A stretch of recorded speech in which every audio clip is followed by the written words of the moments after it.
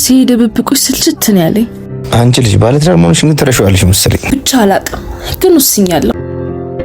ምንድነው የወሰንሽው? ሴት ልጅ አንዴ ልቧ ከቤት ከወጣ አይመለስ። ባሌን ፈትቼ አንተ ጋር ለመምጣት ወስኛለሁ። ባልሽ ካወቀ ግን ከባድ ነው የሚሆነው። አይመለከተኝም። በጣም ወድጄ ካለው እኮ ሁሉን ነገር ትተን ሌላ ቦታ ሄደን መኖር እንችላለን። አንቺ ትቀልጃለሽ። ለማንኛውም እናወራለን። ስትወጪ ተጠንቀሽ ውጪ፣ ማንም ሰው እንዳያይሽ።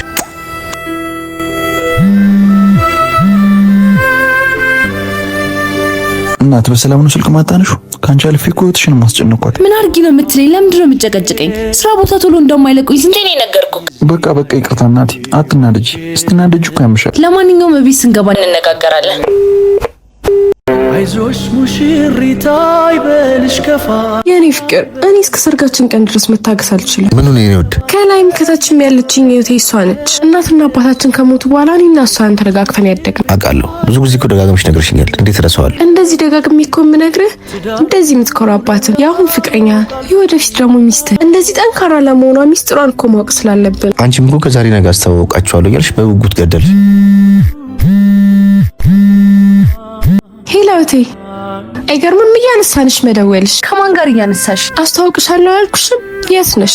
በማሚ ሀይ ብለሽን ትሄጃለሽ። ሰፈር አካባቢ ነኝ፣ ግን ሳልዘጋጅ አይደብርም? ኧረ አይደብርም። እኛ ሰፈር ያለው ካፌ ነን።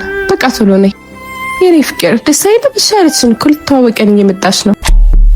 አይዞሽ ሙሽሪታ ይበልሽ